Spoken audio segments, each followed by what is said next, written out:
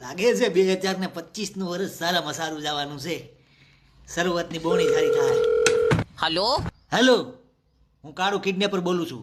તારો છોકરો મારા કબજામાં છે. તેલા તો ઈ કે એવડો મોટો કબજો કયો દરજી સીવે છે તી મારો સોરો તારા કબજામાં હમાઈ ગયો. અરે કબજામાં એટલે મેં તારા છોકરાને ઉપાડી લીધો છે એમ. તારી માએ તને ભેંસનું દૂધ પાયું હોવું જોઈએ, બાકી મારો સોરો કોઈથી ઉપડે નહીં હો.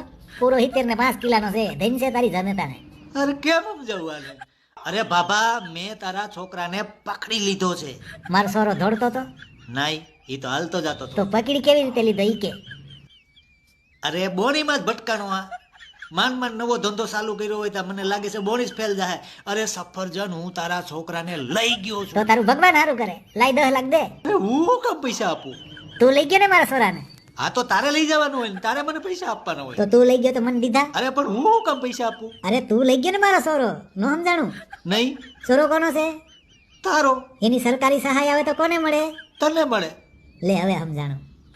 એવું ન હોય એલા ભાઈ, મારે તારા છોકરાને બદલામાં પૈસા જોઈએ. તો જેની પાસે સોરો હોય ઈ પૈસા દે એમ? હા, તો સોરો કોની પાસે? મારી પાસે. તો દે રૂપિયા.